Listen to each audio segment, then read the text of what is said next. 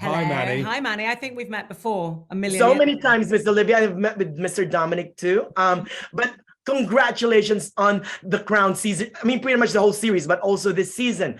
True to what show creator Peter Morgan said, this one is a love letter to the Queen, and I absolutely agree. Oh, I'm glad you enjoyed it. Oh, let's begin with you, Mr. Dominic. Fantastic as Prince Charles.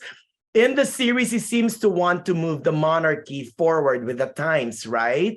I mean, how did that inform the way you portrayed Prince Charles? Well, I didn't know any of that, and I suspect most of the audience doesn't.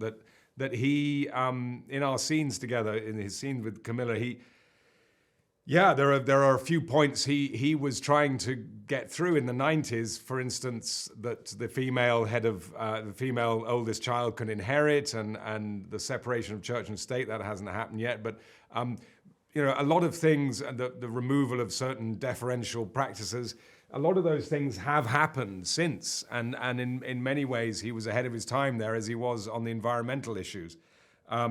So one of the things I admire about him is he's thought so deeply and for such a long time about what is the relevance or what is the role of a modern monarch, and I think he's come up with a pretty good answer, which is to give voice to people who might not be heard, and he's listened to more people, he's met more people than probably anyone in history except his parents, and much more than any politician, and so I think that's what's most impressive about him, actually, is how he's managed to reinvent the monarchy for a modern age. Oh, and you, Miss Olivia, nice to see you again as well. You're equally fantastic as Camilla Parker Bowles. I mean, unrecognizable. Look. I mean, and look at you. Well, Manny, you know what a wig can do, I'm sure. All I need to do is put the wig on, and then my performance is done.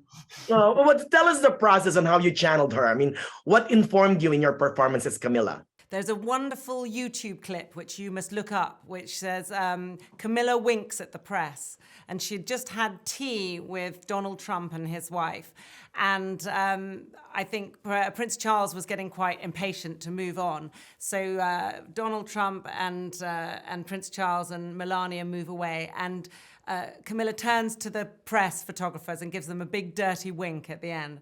And I felt that was really encapsulated. This woman had been so tormented by the press in the 90s. And usually there was a photographer hidden in a bush taking a photograph of her on her property. And she never rose to it. She never retaliated. She never swore at anybody. There's no, Camilla, her story.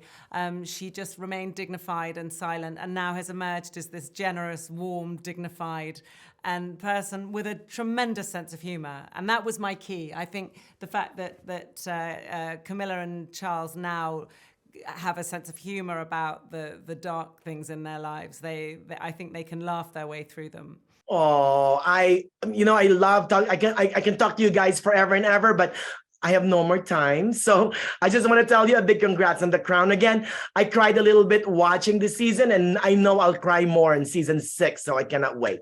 Manny, can I steal one more minute of your time? Sure. Today is Today is World Neuroendocrine Cancer Awareness Day, and I've had neuroendocrine cancer.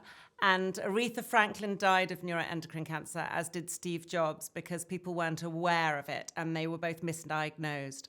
So if you could help me raise awareness of neuroendocrine cancer today, I'd be very grateful.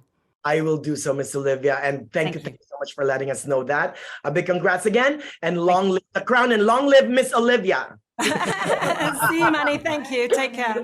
Bye, guys.